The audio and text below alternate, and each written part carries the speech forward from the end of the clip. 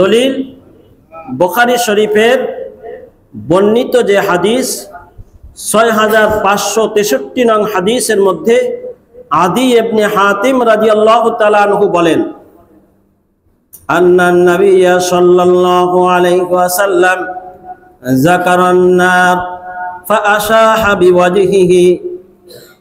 নবী করিম সাল্লাল্লাহু আলাইহি ওয়াসাল্লাম একবার জাহান্নামের আলোচনা করলেন, ফাআশাহা বিওয়াজহিহি, এরপরে আবার মুখ ফিরিয়ে নিলেন, ফাতাআওয়াজা মিনহা, এবং তার থেকে আল্লাহ তাআলার কাছে পানা চাইলেন। আবার সুম্মা যাকারান নারা ফাআশাহা বিওয়াজহিহি ফাতাআওয়াজা মিনহা।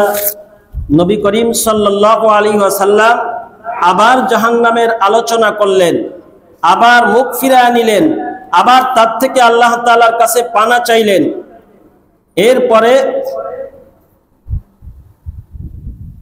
এরপরে আবার নবীজি বলেন, সুম্মা ক্বালা ইত্তাকুন নার ওয়ালাউ বিশিক্কি তামারাতিন। নবীজি বলেন যে তোমরা আল্লাহ তাআলার কাছে জাহান্নাম থেকে মুক্তি চাও, যদিও একটি খেজুর হয়, একটি খেজুরের বদলায় হলেও আল্লাহ তাআলার কাছে জাহান্নাম থেকে মুক্তি চাও। ফামান লাম ইয়াজিদ ফাবিকালিমাতিন তাইয়্যিবা আও কামা ক্বালা আলাইহিস সালাতু ওয়াস সালাম। নবী করিম সাল্লাল্লাহু আলাইহি সাল্লাম বলেন, এক দানা বা একটি খেজুরও যদি দিতে কেউ অক্ষম হয়, তাহলে সে যেন ফাবিকালিমাতিন তাইয়্যিবা, মানুষের সঙ্গে ভালো কথা বলে। এই ভালো কথা বলার কারণে আল্লাহ তাআলার নৈকট্যতা অর্জন হয়ে যাবে, জাহান্নাম থেকে সে মুক্তি পেয়ে যাবে। সুবহানাল্লাহ। তাহলে নবী করিম সাল্লাল্লাহু আলাইহি ওয়াসাল্লামের এই বর্ণনার মধ্যে আমরা পাইলাম, আমরা যদি মানুষের সঙ্গে উত্তম কথা বলতে পারি, এই উত্তম কথার বদৌলতে আল্লাহ তাআলা জাহান্নাম থেকে মুক্তি দিয়ে দিবেন। সুবহানাল্লাহ। 3 নাম্বার আরেকটি বর্ণনা সূরা লোকমানের 19 নং আয়াতে আল্লাহ তাআলা চলার, আমরা যে মানুষের সঙ্গে যে আচরণ করি, আমরা যে হাঁটা চলা করি, এটাও কোরআনে কারীমের মধ্যে দিক নির্দেশনা দেওয়া হয়েছে। ওয়াকসিদ ফি মাসজিকা ওয়াগদুদ মিন সাওতিক ইন্না আনকারাল আসওয়াতি লাসাউতুল হামির। আমরা কিভাবে কথা বলবো, কতটুকু আওয়াজে কথা বলবো, কোরআনে কারীমের মধ্যে এর সুন্দরভাবে বর্ণনা দেওয়া রয়েছে। ওয়াকসিদ ফি মাসজিকা, তুমি যখন পথ চলবে, পথ চলার মধ্যে তুমি মধ্যম পন্থা অবলম্বন করবে। ওয়াকসিদ ফি মাসজিকা, মধ্যম পন্থা, খুব দ্রুতগামী, খুব আস্তে আস্তে নয়, মধ্যম পন্থা অবলম্বন করবে। ওয়াগদুদ মিন সাওতিক, আর তোমার আওয়াজ, কণ্ঠস্বরকে নিচু করো, আওয়াজকে তুমি নিচু করো। কেননা ইন্না আনকারাল আসওয়াতি লাসাউতুল হামির, কেননা গাধার আওয়াজ বড়, কণ্ঠস্বর বড় কঠিন। তাহলে গাধার আওয়াজের ন্যায় চিৎকার করতেও নিষেধ করেছেন, আবার কণ্ঠস্বর একেবারে নিচু, বোঝা যায় না, এরকমও করতে নিষেধ করেছেন, বোঝা যায় যাতে। তাহলে এখানেও কিন্তু কথা বলার মধ্যে মধ্যম পন্থা বলেছেন, আল্লাহ তাআলা শিখিয়েছেন। তাহলে আমরা কিভাবে কথা বলবো মানুষের সঙ্গে?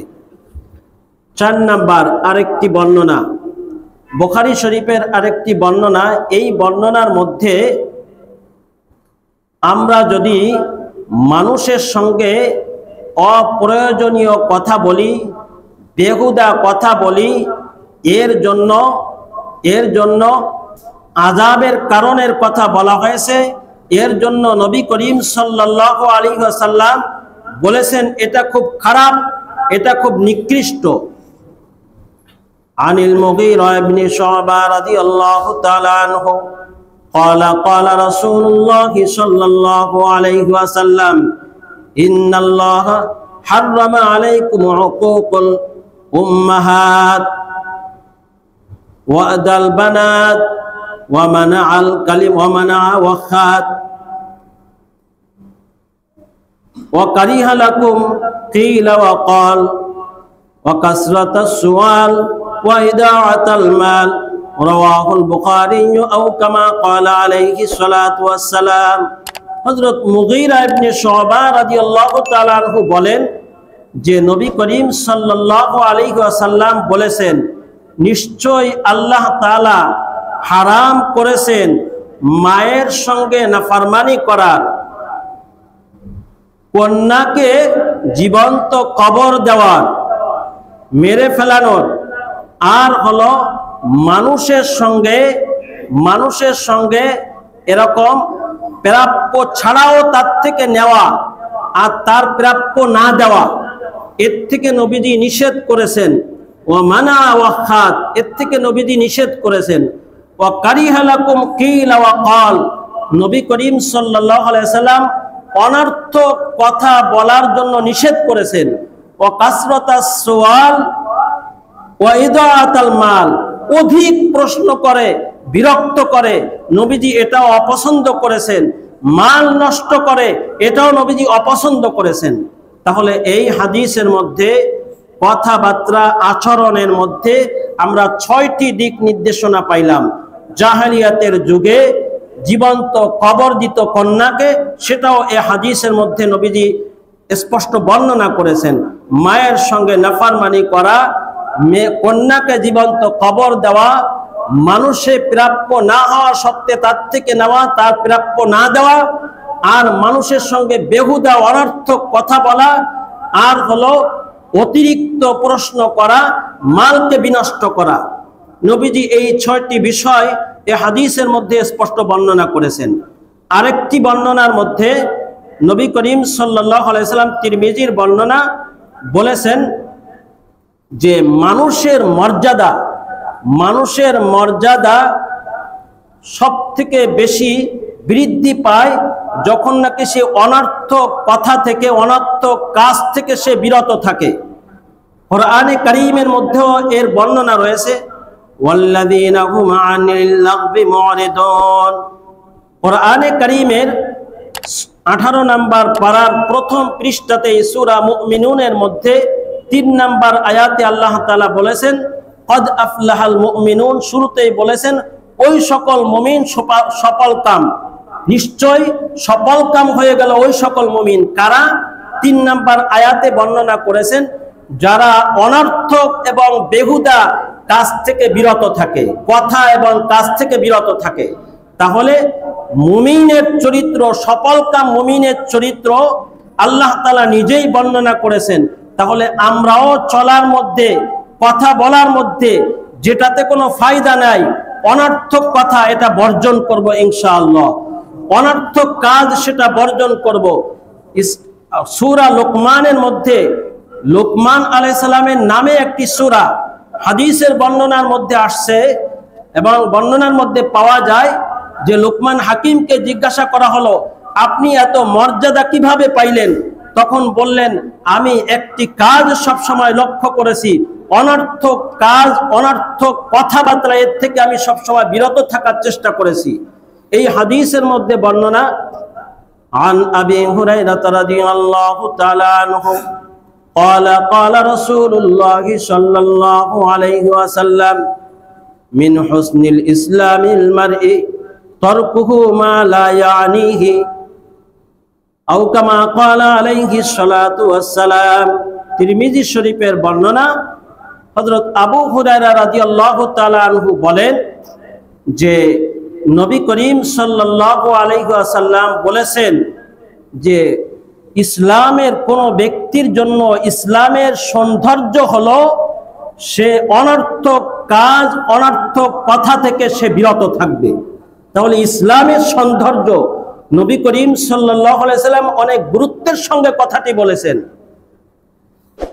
6 নাম্বার আরেকটি বিষয়, আমরা অনেক সময় চলার ক্ষেত্রে লক্ষ্য করি, একজন থেকে একটি কথা শুনলাম, তার সত্যতা সম্পর্কে আমরা কোনো যাচাই করলাম না, আমরা বর্ণনা করা শুরু করে দিলাম।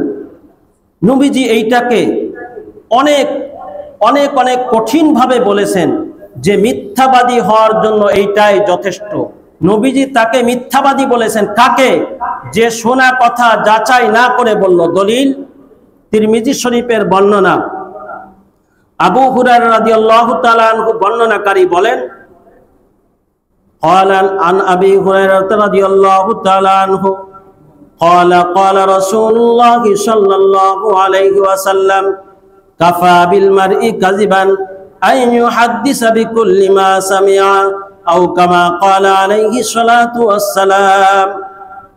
হযরত আবু হুরায়রা রাদিয়াল্লাহু তাআলা আনহু বলেন, নবী করিম সাল্লাল্লাহু আলাইহি ওয়াসাল্লাম বলেছেন, মিথ্যাবাদী হওয়ার জন্য, অপরাধী হওয়ার জন্য এতটুকুই যথেষ্ট যে শোনা কথা সে যাচাই না করে বর্ণনা শুরু করে দিল। তাহলে নবী করিম সাল্লাল্লাহু আলাইহি ওয়াসাল্লাম যেহেতু অনেক গুরুত্বের সঙ্গে বলেছেন, কঠিনভাবে বলেছেন, রাগান্বিত হয়ে বলেছেন, তাকে মিথ্যাবাদী অপরাধী বলেছেন, তাহলে আমরাও এরকম শোনা কথা যাচাই না করে বর্ণনা করব না ইনশাআল্লাহ। 7 নাম্বার আরেকটি বর্ণনা, আবু দাউদ শরীফের বর্ণনা।